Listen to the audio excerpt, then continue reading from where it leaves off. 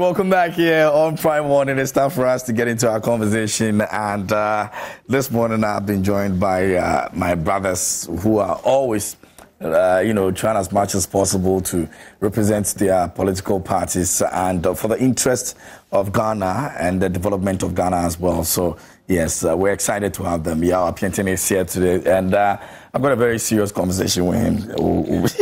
We'll be talking about. Yeah, he's representing the NPP. Gam is also over here. Godwin is joining us this morning again, and he's representing the NDC. And these are family, you know them already. So it's always good to have the two of you over here. How are you guys doing? We are great. God has been good. And yourself? I'm fine. You taking I'm always interested in you taking us aback. With this one, yeah. Or you have not seen anything yet. I was born in the 70s. I'm still watching my dad. Oh, pictures.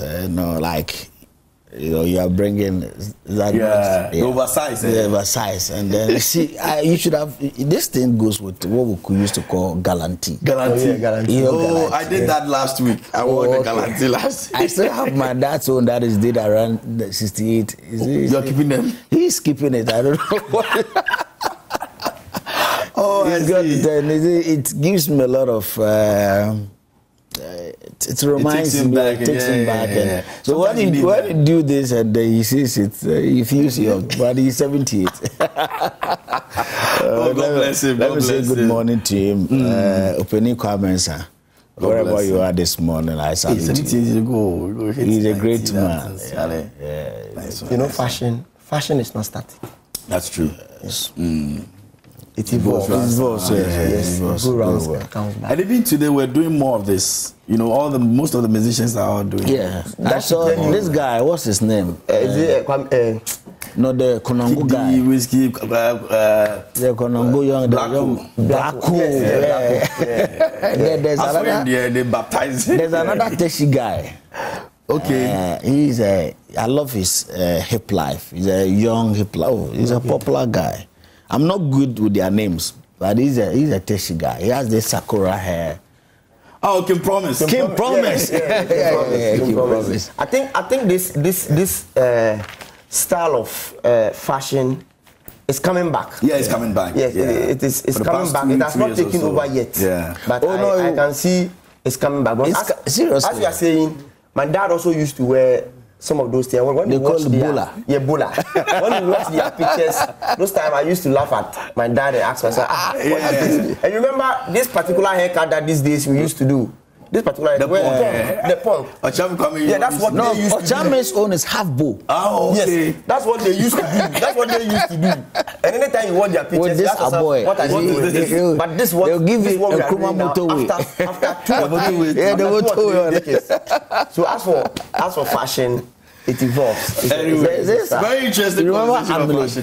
Which one? Amelie. Hey, Mr. The haircut. If you go to Kumasi, they call it Amelie. Peacock. You know State Village. You know State Kumasi. You are down boy.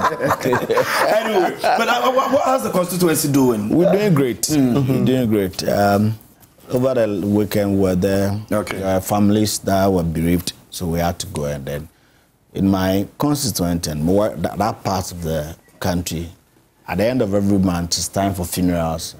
So mostly we go there. There are about, our 27 funerals I had to attend. Wow. Yeah, I had to attend. But it's great. And then there are weddings coming over these weekends too. There are mini harvests. That is, mid-year harvest churches. And it keeps on coming. But we're doing well. The constituency is doing well. We are pushing harder. I believe in change to push us into the next phase of our transformation.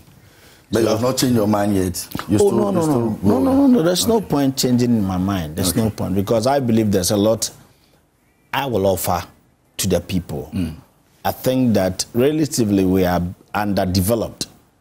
We need more advocacy, because I believe government alone do not have the power or the requisite resources, capacity to be able to develop extensively the whole constituent. We need people who can add advocacy to it, to invite investors, to invite NGOs, to invite even individuals to come and set up factories, businesses, and other social amenities. Water, for instance. If you go, most of the communities do not have water.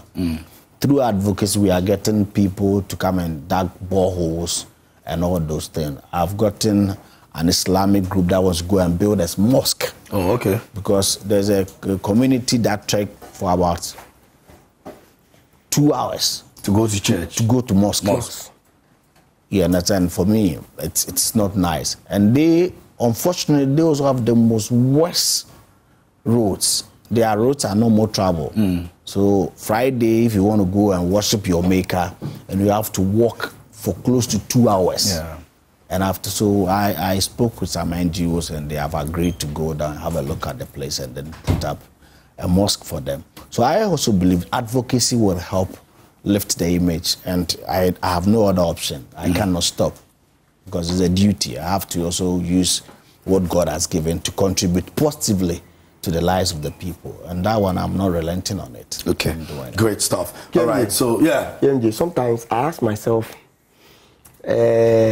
why will people go through stress, both physically, emotionally, and sometimes spend resources to the tune that, should they even tell you, you get surprised, just in order to serve their people? I think it's a conversation the media must take it serious. I know it won't take just a day. Yeah. It will take a long period of time. But at the end, it will be something we'll celebrate over that we have achieved. Yeah. Because I think serving people must come with some form of experience and competence. It should move away from the fact that a young man who has identified certain loopholes, certain problems of his community, and the only way he thinks he can use to help the people is to find himself on the floor of parliament to advocate for those problems to be solved. And that young man must still go through that hectic cycle of spending millions of Ghana cedis, sometimes dollars, before he or she is given that mandate. Doesn't make sense. Then the question is, aren't you sure that is why sometimes it contributes to this perception of corruption and corruption-related activities that politicians will always find themselves? Because, for instance, I sit here, I don't work, I don't have any business running, I'm only trying to add my voice so that Ghana becomes the country we all want. So suddenly, if my people are even calling me to come and contest and be their rep on the floor of parliament, or I realize that my MP isn't performing and I want to be the one leading my people, where do I get the money? Yeah, the money question. Where do I get the money? So if I don't get the money and I'm the person whom everybody think that I deserve to be, I'll be the one that can also advocate for them. Because advocacy today cannot be taken away from politics and cannot also be taken away from how one wants to make the community popular. Because you see, making the community popular is what brings the community closer to the government of the day to know that yes, this place also exists. It doesn't mean that they don't know that it exists, but it's about survivors of the fittest. Even going to heaven does not come on a silver platter. The Bible has said it. It's you need to work for it. Yes, you need to work for it, and it is true struggle. Do you get me? So I think it's a conversation that all of us as a citizen must sit to reflect and see how we can reward people, identify people, assess people, and give them the mandate, not for them to go through. Even if I have to work in order to become an MP, I prefer doing that than rather spending cash. People will support you. You have to go and borrow money. You have to go and seek for loans from banks before you be able to become an MP. At the end, immediately you vote for me, my focus is on how to service those monies. Yeah. Where do I get the money? Yeah. How much are MPs paid? They are not paid 30,000 a month. But you end up becoming an MP spending more than 5 billion Ghana cedi in this country. That is from even if you don't take from the very day. How much did you cost? Now when you say that from the very day you become the candidate to the day maybe they vote you into power. It even depends on when you were voted, when it is close to the general election. So, for instance, looking at the NDC, we have done our primaries already. So it is taking the candidate 2 years to campaign to the election day. So imagine. They may end up spending 10 or 15 billion. Where are they getting those monies from? I beg the people of Ghana, we must begin to reorient our understanding of who we want to become our representative on the floor of parliament. Yao is doing very well. I keep saying it. I wish I am an NPP person to vote for him, but I am not. And I always say that it's only in NDC that you see sharp brains like this in there. As for NPP, they only have the men in the books. They don't have the men executing what is expected of them. One day, I'll bring him back to the, or I'll bring him to the NDC because he deserves to be an NDC member and not an NPP member. Okay, so now the former executive vice president of Unilever, Yao Sako, has spoken about bad governance. Give me, I'll plead with you. Give me some few minutes to do something. There are few friends that are having their birthday today. Okay. There's a nice place in East Legon called Stoneview. It's an event center. The general manager is having his birthday tomorrow. Tomorrow is a holiday. I won't be able to wish him well. He's been a very good friend. So, Nkwantabisa, if you're watching me this morning, happy birthday. I wish you well, and I wish your family well too. I hope you'll be a good daddy you always claim to be. Then this new year of yours, I pray that God gives you an insight to be able to lead well, and where you manage, you have the courage and the ability and the understanding to be able to pull your people together to a greater height.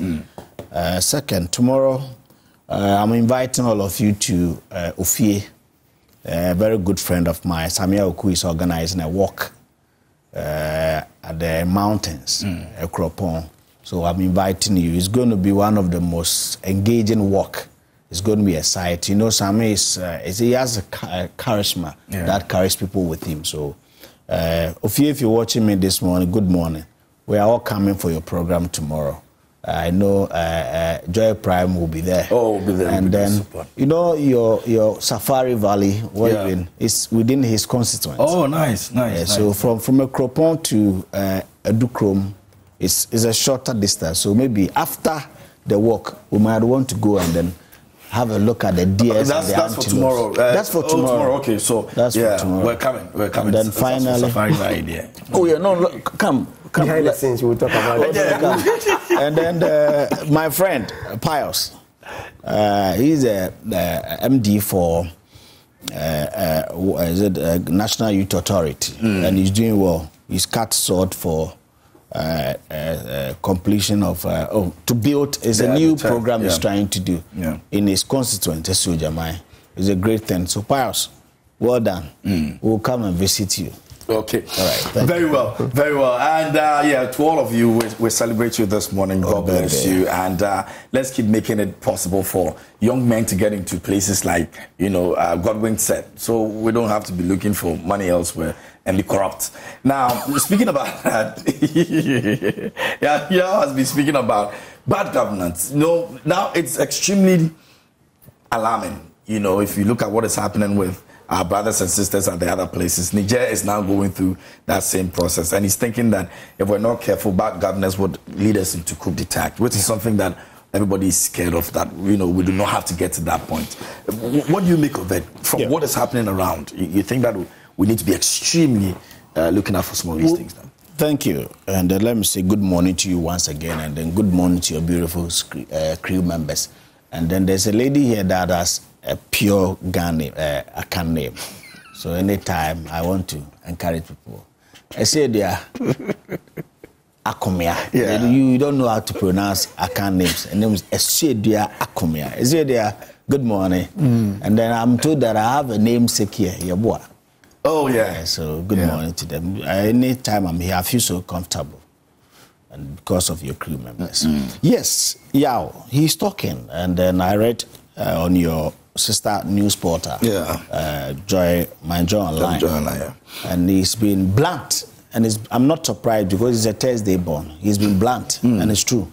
You see, for how long would we lament on the inability of our leaders to lead properly, to give us the direction we're looking for, which will foster us into the future we're all looking for. Yeah. The more you keep breaking the people's hearts, the more you keep the despondency within the system will create a vacuum that will allow people to set in. And if I say people to set in, those people, coup d'etat, only time we talk about coup d'etat, we are only looking at the military. Individuals can also stage a coup. Yeah. So you don't have to even create that vacuum, first of all, for them. The despondencies are getting greater around the SAP region. It started in Burkina Faso, Mali, and then now to Niger. And as a matter of fact, now they have even, the Niger people has gone ahead to even dare ECOWAS. Yeah. Because ECOWAS threatened that they were going to, and I'm also asking myself, ECOWAS, you have not been able to put forward a single currency to be able to bring your people together. And you are always interested in things that do not matter. Where were ECOWAS when the people were suffering bad leadership? You understand? Engulfed the whole country, and as a matter of fact, people were migrating. You look at the number of Nigerians in Ghana, all to seek for food to eat. I call it food for, I get, you understand? ECOWAS sat aloof, and now there's this insurgence around the upper part of Ghana, and it's threatening. It's the reason why if you look at the people now, the populations of Ghana keep increasing, not because Ghanaians are increasing, because other countries around the sub-region are migrating to Ghana. And the expectation keeps going up and up and up. So if we don't do anything, if we don't show leadership, if we don't meet the expectation of the people, we might have to find ourselves there, which we don't want. I am not sure anybody. I listened to his voice, and he mentioned that he was born in 1968. In 1979, he was 11 years. He saw how bad the situation was, and he's not calling for that. But he sees traces of happiness that happened during that era that culminated into those coup d'etats. And he said, if you are not careful, you don't sit up, we're going to find ourselves there. Because it doesn't just happen one day. No. It's a process. No. With respect to the 1966 and 1972 coup d'etats, I think it has to do with the military who wanted just to take power. Because for me personally, I've been saying that Nkrumah was not doing bad. I wasn't there then, but if you read the things that he started and how he was building the country, I think he was the best person, not only for Ghana, but for Africa at large. But again, the influx of the European Union in America, the West, made sure that the Nkrumah did not survive. I always say it, that Nkrumah was not overthrown by Ghanaians. He was overthrown by the Western partners.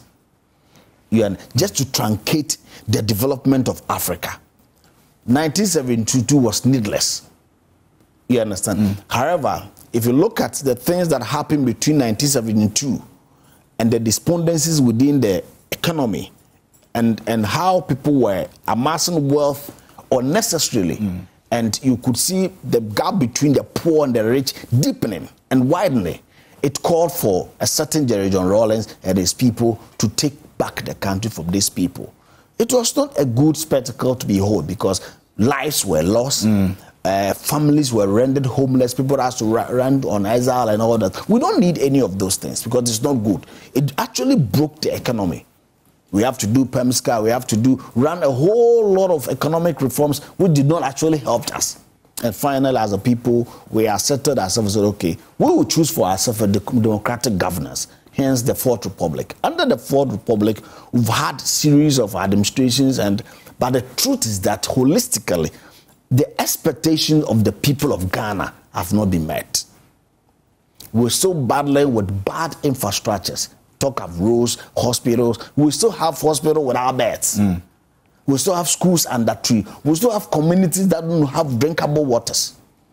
And these are problems that stares in our face. And as a matter of fact, if we as a people don't say it as it is, and we don't affect the minds of our leadership to things like that, and we keep bantering unnecessarily, we won't get what we're looking for. In my hometown, where I come from, this morning, because of galamsey, people cannot go to their own farms. People's livelihood has been taken away from them. And you sit here and you say you won't talk about because of political activity. No, you are not. You are doing disservice to the people you even want to lead. And I know that it's not only in my village. There are other places that are suffering. And all these things, we can easily solve this minor, I call it minor problem, by leadership. You understand? Yeah. So Yao is not far from right. He said it as it is, and as a people, we should not. He says something. We should not just be sitting down for Ghana. It will not happen. That's the big thing. We should not say that for Ghana. The same people you find in Niger, Mali, they are same people you find them here. The only good thing is that because of our past history, it has guided our path. You understand? And these things he's talking about, there's Professor Michael Go has written a book on it. And in that book, everything Yao spoke about is in that book. It is available to both NPP, available to NDC. Because under the Fourth Republic, it's the NDC and the NPP that has been spearheading the activities of this country. And therefore, we should avert our minds toward that. Look, we have to work towards the mandate of the people. What's the mandate of the people? To liberate them economically. If the independent Akufo-Addo gave us is not enough if we do not resonate onto the living standards of our people. If our people are still wallowing in debt, in poverty, what is the poverty index today and all that? You understand? And I don't want to go political on this thing because I keep saying that three of us here, we are youthful people. If we don't speak for our people truthfully, genuinely, so that we'll get results and we want to be partisan about it, let me tell you, when they increase tariff, it's not your boy alone that pays it. Yeah. You understand? Yeah. But if you're able to put our voice like Yao is doing, Yao and Soko of Unilever is doing, and they will get good services, I think everybody will be good to go. So please, let's look at it from that angle as well. And again, business community, they also have a role to play. I keep saying mostly we are pushing everything to governance. There are business community that are supposed to take a center stage and also drive the socio-economic development of our country. It's been done in America. In America, do you think it's the government that developed America? It is the individuals, it's the business community that develop their country. But we sit in this country, we're looking for infrastructures, but we don't pay tax. Do you know that in this country, only 8 to 10% pay taxes? But there's a whole, there's this new market, the social media, they don't pay. You understand? How then do you develop your economy when you don't pay the requisite tax that is due the government to be able to build infrastructures for us? There are business communities, business organizations in Ghana that don't even want to pay for electricity that they have consumed. Okay. You understand? Yeah. So wrap up for me then. So we for us to be able to meet our own set goals and target, we've got a responsibility as a citizenry. And that includes the business community. To all of us to ascertain, all of us to take for ourselves that this is our country. We don't have any other country. And therefore, it is incumbent on us as a people to develop our own country. And therefore, we'll be responsible citizens. And being responsible means that we're going to pay our taxes. We're going to honor all our obligations so that at the end of the day, we'll be able to honestly overcome the challenges that face that could take us to where I was complaining. Yeah. Once we will come together as a people and then accept that, accept that this is the way to go, my brother, Ghana will be a best place. Already Ghana is the best place. I'm not sure if Godwin would agree with that. Godwin. Sina, let me say a good morning to your viewers, good morning to your crew, good morning to Yao and yourself. The people of the Nyabra Obom constituency, good morning, and to my incoming MP, Honorable Isaac Akufo-Addo. KMJ, see, let us not create the impression that Ghanaians don't pay tax. Yes, the percentage may not be encouraging. I agree with you. There is no Ghanaian who refuse or evade tax if he really is getting what is expected of him in terms of development, in terms of the economy, in terms of infrastructure, i.e. roads and schools. There is no Ghanaian who will say he or she would invade tax. The question they keep asking is that even the small percentage of people that pays tax, what is the benefit? Let me cite this example. When you are going to Kaswa, before you get to the dental booths, now what they said they will use for public toilet and urinal. The NPP said they will use for public toilet and urinal. Which has not been done. Which has not been done yet. Anyway. You see that very place. They collect tolls from that very place. But I can tell you that within 100 meters or 200 meters from that stretch, the road is very bad. From Asamoah's edge at the top there to the down there. Erosion down there. Yes, the erosion down there. So the question is that even very close to where we take the tax, the road isn't good. Very, very bad. Very, very where bad. The police there's a police station. Exactly. Yeah, that is it. Right after the toll booth. That is it. So and even when you're using the other stress, before the where he's talking about the Asamoah's, there used to be a church there. As for that place, that's when you're heading towards my 11. West Hills, yes, my 11. There's a church there, Power Generation. Power Generation. Very popular. No, Power Generation is before the toll booth. That's when you're heading from Kaswa to Weja. No, I'm not talking about. There's two churches there. The Kujobwachi's church. Okay. And after the toll booth, there's one also on the right. Another on the right. Yes. So you ask yourself, what are we benefiting from the tax? So it always hurts me when people want to create the impression that we are not paying tax. The fact is that as more as you have, make good use of it. So that when you are demanding for it's easy more, for the, it's easy for the people. It's used for what it's used for. I agree with all the reasons so given by Mr. Yao, president of Unilever. Nobody should Vice President, yes. Nobody should create the impression that Ghana is immune from a coup d'etat. Nobody. Nobody. Absolutely nobody. Because we have experienced it before. It is the reason why we are in the Fourth Republic. Sure. Because we've gone past the first, second, third, and we are now in the Fourth Republic. So it is not like it has never happened in Ghana before. As you said, the other countries that are experiencing the same coup d'etat or the same situation, they are like Ghanaians. It doesn't come once. It's an accumulated problems. And the reasons for which people always topple the government is because of bad governance. Bad governance. There is a reason why people will always queue to go and vote for leaders to lead them. And the Bible has even said he gives us leaders in order to see to it that we are well to do in terms of living condition. So after voting for leaders, and suddenly they realize that the leaders are now richer than the people that queued to vote for them. I keep saying that we have been with the people. Myself and Yao has always been coming here. So suddenly, should NDC win and you realize that I own about 10 mansions, when you come to my house, I have pool of cars. Donkeys. I dash money without even calculating. Then the sudden question is that where did I get those monies? But the people that queued to vote for me, day in, day out, keeps getting poorer and poorer. As we speak, unemployment is an issue. And it has always been one of the problems Ghanaians youth have always been battling with. Since Rawlings to date, it has always been the backbone of every party in their manifesto to come and solve the unemployment problem. But as we speak, we are hovering around 13.5%. Should you give the youth the needed employment, and even things are difficult in terms of the living condition, i.e. fuel, buying of commodities, goods and services, they may even pardon their heart with the fact that at least after every 12 hours, I'll bath and go to work. After 30 days, I'll go to the bank and cash something. But in this case, they don't even have what to do, let alone have any income at the end of even the month.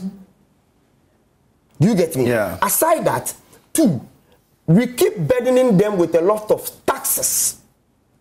The taxes are normally put on the companies, and we know private companies are not for that Christmas.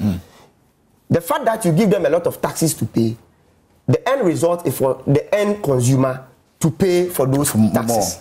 They will not pay and say they are dashing it to the end consumer.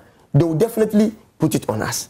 So the youth who doesn't have anything doing will end up going to buy things as expensive as what the rich people are equally buying. Then the question is that we are doubling their plight. I don't have work to do. Day in, day out, I keep buying things. The prices of goods and services keeps going high day in, day out. So what is the government doing? We don't also create the enabling environment for the youth that have entrepreneurial skills to be able to venture into owning their own business. Today, it is difficult to do business in Ghana because you need to do business with capital. Interest rate alone has gone past 30% today. So ask yourself, a youth that has just graduated from the university, he needs about 20, 30 to 50,000 Ghana cedi to be able to start something. Where is he or she going to get that money? You go to borrow, even the interest alone, you run away from this loan. So at the end, that youth will not be able to venture into those business. So we are indeed at a time where the country leadership must be very careful how they are ruling or they are managing the affairs of this country.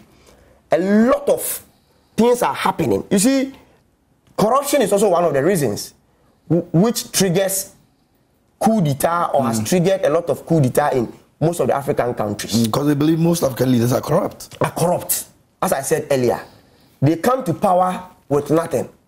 Within 4 years, and they seem to have everything that, should they not even work again, they can stay for over 20 years still being okay. Then the ordinary public servant, the teacher, the nurse, the driver, the engineer, would have to work more than 30 years. And after that 30 years of service to the nation, will go home with a pension pay not up to 50,000 Ghana cedis. Not up to 50,000 Ghana cedis. But the politician will serve for just 4 years. Then in the name of Article 71 holders, will go home with what we call ex gratia of 6, 7, 8 billion. That is why I tie in the decision of John Mahama that it's a high time, it's long overdue for us to scrap what we usually call the ex gratia, whether it exists or it doesn't exist in the books. It is something that is happening, that after every 4 years, politicians under Article 71 takes in ex gratia, lump sum, that it will take a public server more than 50 to 100 years to be able to get that. Do you get me? As I said earlier, Ghana is never immune from that. Let me give you a certain statistic to back the fact that Ghana is never immune from that.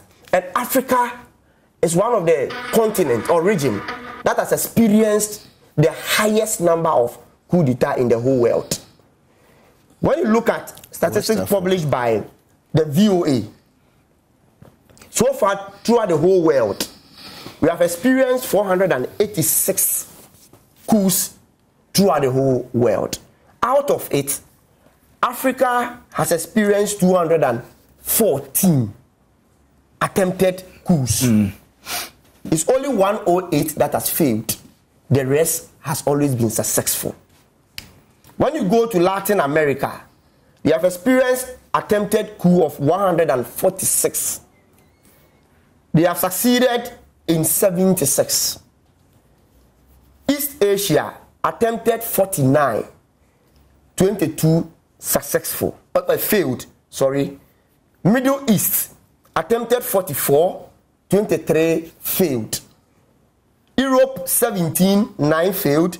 South Asia 16 attempted, 6 failed. So globally, we've had 486 attempted coups and 244 failed. Almost half. Almost half. Yeah.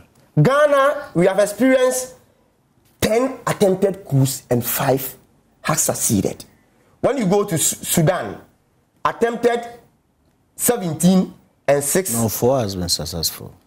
Per the statistics from VOA, and I want to stick to their data. We are in Ghana, so we'll correct. We will correct The false impression. When you take that of other countries, which I have that of Mali, I have that of Mali, Nigeria, Benin, Guinea, Togo, and the rest. It should tell you that there is a saying in the Akan language that so when you are about share, now do you get me? Yeah. We must just be careful. We shouldn't go sleeping. We shouldn't be too confident to think that it can happen to this nation. Okay. It has happened before, and it can happen. We only need the leaders, not only the NPP, but just that. You say they are Namda person and they are those in government now, and they are the people we need to call on them to do the right thing. Sure. God willing, 2024, which I know the people of Ghana are going to change and bring the NDC. When we come to power, they should definitely put us on our toes to do it, because I say Konfobono or see Krumbono, so you get me? Yeah. So for now, we'll call on the president, Akufo-Addo, the head of the economic management team, Vice President Dr. Mahmoud Bawumia, and his crew to make sure that the mandate given to them, the manifesto that they read to the people of Ghana from 2017, that they are going to end in 2024, they must make sure they realize it before they leave power. So speaking about that, then I want us to just add this briefly to it. I mean, the BOG has made over 61 billion losses. They've indicated that the DDEP has contributed to this and all of that. Professor Bobkin is making very serious statement over here, which of course has to do with the fact that hardship. We have very serious economic hardship in this country. I want us to tie that into the coup d'etat thing and then just briefly speak about the losses of the BOG. Thank you. Bank of Ghana. I think that for me, I don't know why they keep giving these things out that they are making losses. Losses on what? Anyway, as a government, we are, the Bank of Ghana, most people mistake the fiscal component of our economy without the monetary component of our economy. Do you know the Bank of Ghana is in charge of the monetary component of our country, while as the government also takes charge of the fiscal component of our country? While we have had some improvement in the fiscal components of our country, the last time the finance minister read the mid-year budget, there has been a whooping over 10% cut down on expenditure. That they have estimated about 228 billion in expenditure for the year. That was the budget that was presented way back in October last year. And halfway through the year, there has been savings of about 21 billion Ghana cedis. So while there has been an improvement at the fiscal side of it, why are we recording losses at the banking, at the monetary side of it? Whereas there has been hike in the prime rate and all that stuff. So, and they start, is it Philip Addison? Dr. Addison. Dr. Addison and his deputies owes us a duty to come clear with the things that they are doing. Because yes, government has acknowledged the fact that we are in hard times because of the post-COVID and then the Russia-Ukraine issues, wars. It rendered our economy so vulnerable. And out of that, we are taking measures to be able to come out of it. We are not out entirely, but with respect to what was put out there has been some improvement. We've seen improvement in the service industry. We've seen, government, do you know this year alone, wages has been increased by 30% for workers, all to make sure that workers are cushioned for the hardship we have all acknowledged. So they owe us a duty. I agree also with Professor Bobkin. Oh, yeah, Bobkin. Yes, the economy, and I think from the holders of the economy now, the NPP administration has not been. We've been truthful. President acknowledged during COVID that yes, it is only lives we cannot bring back. You understand? So when we are in difficult times, government would rather put the lives of the people first in making sure that we resuscitate our livelihood so that we don't lose lives. However, after that, today we are not in the the COVID era again. The COVID is past. So how to but you continue to use it as an excuse, even though it's that's gone. why we said we mentioned is the post-COVID. The COVID has had an impact on our economy. Those periods that were home not working and government was still paying us, productivity went down. You understand? And we are suffering from the impact of those productivity that went down. You understand? So that is where we find ourselves. Government has acknowledged it. Government is working towards it to make sure that we will overcome it. It is not this thing. Do you know that Tinubu, the new Nigerian president, because of the dire consequences of the COVID, today has taken all subsidies from petrol and fuel-related product in Nigeria. Yeah. So it is not something unique to Ghana. It is not only Ghanaians that are going through these difficulties. Is there more reason why places that will not have the patience for they are going through this coup d'etat? COVID is also part of it. We look at the hardship in Burkina, Mali, and Niger that are going through this coup d'etat. It's also COVID is not entirely, but it's also part of it. There are hardships. For once in the history of France, people were queuing on the streets of France just to buy fuel, true or false. For once in the history of the United Kingdom, inflation has hit double digits. Yeah. The common food anybody could buy on the streets of London is McDonald's. It's even less than £3. Today, you are doing the common food. You are doing £12 and co. So nobody can take off the fact of the implications of COVID. It is global. Everywhere you go, it has impacted every economy. We have more vulnerable economies. That's why we are feeling this way. U.S. needed to topple their economy in excess of $30 trillion. You understand? Just to be able to stand the shocks of COVID. Right after COVID, Russia and co. also started their work, which has also affected us. Okay. So these are reasons. Government has not been saying that, oh, everything is well. No. If you listen carefully to the finance minister, we are turning the corner to ensure that we'll be able to sustain livelihood. We are turning the corner to be able to ensure that our lives are on, to be able to maintain a certain level of productivity, which will push us gradual into where we want to be, to feel safe. All right. Is there more reason why when he went to Parliament, he did not even request for other funding. Mostly when they are going to read a mid-year budget or not, they go there to request for additional funding. This time around, the finance minister went to Parliament and even told Ghanaians that, yes, we budgeted for 228 billion for the year is in expendables. But looking at how the hardship that we're feeling, we've been able to cut down on our expenditures and we have been able to save 21 billion Ghana cedis half year. It could go up. You understand? Looking at what some of the things that it could go up, it could increase from 21 billion to maybe 30 billion at the end of the fiscal year, which is good, which will also come back to stable. You could see the stability with the forest. Compare December last year to now. Ghana and the Ghana cedi and dollar were about a dollar to about 15 cedi, but now it's about dollar and 11 cedi. 11.5. 11.5. As a matter of fact, fuel increased to about 23 cedi per liter in December. Today, it has come down to about 12 cedi per liter. It is not what we wanted anyway. But it will get better. It will get better. Okay. So there has been... I'm coming. Our time, we don't have time. There has been massive improvement with respect to forest, with respect to our fuel, and even food inflation. Compare December 2022 to now.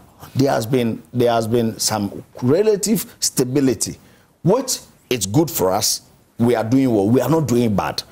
Okay. What we want as a people, we have great expectation. Ghanaians, we have a great expectation, but seriously, we're not doing bad. At this part, the finances that has to do with electricity and all that. At this point in time, people were even anticipating that the IPP were going to take off the light. But today we have them because government continually engage with these people to ensure that finances do not become a problem and albatross, which will take off the lights to affect productivity. We will still have some monies there to settle anyway. Definitely. That's what I'm saying. If we're not careful, these conversations will come back. If we are not careful. Even as a matter of fact, when we even started, do you know that this IMF thing, we did the IMF thing in a record time. There are countries that are trying to assess IMF that as we speak, they've not been. No, no, we don't have much time. We don't have much. You know, we have done a lot this morning. Godwin. You see, KMJ, sometimes I cry for this country under His Excellency Nana Addo Akufo-Addo. You see, before I go to the BOG issue, let me just clear some misconception being created by my brother. You see, when they were in opposition, they created a certain great impression that the country had collapsed to the extent that nobody could even go and come. Yes, I agree that inflation has been stable, especially food inflation as you are talking about. But in 2016, food inflation was 9.7%. Food inflation was 9.7%. Today, food inflation is past 40%. Do you get me? So the question you have to be asking yourself is, where did you pick it? From the one you called incompetent. No, we're having it at 9.7%. Today, you take it to over 40%. You want us to clap for you because you have stabilized it. Bring it back to where it was when you came. He's talking about stabilization of the cedi. Let me tell you, there has not been any economic magic for this success. If you have money in your pocket and you are owing me, you've decided not to pay, will you go around boasting that you have money when you are in debt? You are supposed to pay your external debt of 10.6 billion and pay domestic debt of 17.9 billion because of debt restructuring. And you know, most of our debt, we pay it in dollars. So if we don't change our cedis to pay dollars, definitely the exchange rate will be stable. You have just decided not to pay your debt. Transferring the debt into 2024, 2025 for the NPP to come and pay. Just for you to go around to tell people that you've stabilized the dollar. What have you done magical? You've not done anything magical. Reforms. Let them begin to pay their debt today and see where the country will move towards. My brother decided to do a choose and pick comparison of Ghana's economy to that of Europe. But forgot that when they were in opposition, they were comparing the NDC's economy to African countries. Yes, I agree COVID was global. But let us compare the economic figures of Ghana to our peers, i.e. Ivory Coast. Ghana, we've revised our economic growth from 2.8 to 1.5. That means that they have admitted that they are not doing well. No, but Ivory Coast today, it is true. Ivory Coast today is doing 6.2%. The IMF, the IMF projected 1.2. No, IMF has projected 1.2. The World Bank has projected 1.7, and the government of Ghana has reviewed it to 1.5%. I'm saying that Ivory Coast today is doing 6.2%. Our peers. Nigeria is doing 3.2%. Mauritius is doing 4.6%. Kenya is doing 5.3%. Rwanda is doing 6.2%. Today, Ghana has reviewed it to 1.5%. Compare yourself with your peers. And stop compare yourself with Europe. My last point is that, senior, anybody that will tell you that they've made savings is a lie. In this mid-year budget review, Ken Oforiatta told us that they have borrowed 5.5 billion. Even if the fact that they told us that they are not going to borrow in the budget. How can you be making profit, making service, but yet alone borrowing from T-bills? This is common. Please, I'm coming. This is common sense. Let me tell you. Wait. It's because you've not done business. Let me finish. Let me tell you. Okay, so in this media budget review, they told us that on goods and services alone, they had projected to spend 4.1 billion. We've not even gone past the end of the year. They have spent 4.7 billion. They have even exceeded the budgeted goods and services that they even make. So how on earth can you tell me if you made savings? Unfortunately, all what I will end with is that the BOD should be held responsible for putting the Bank of Ghana into Bank of... That will be your news flash this morning. Thanks for watching.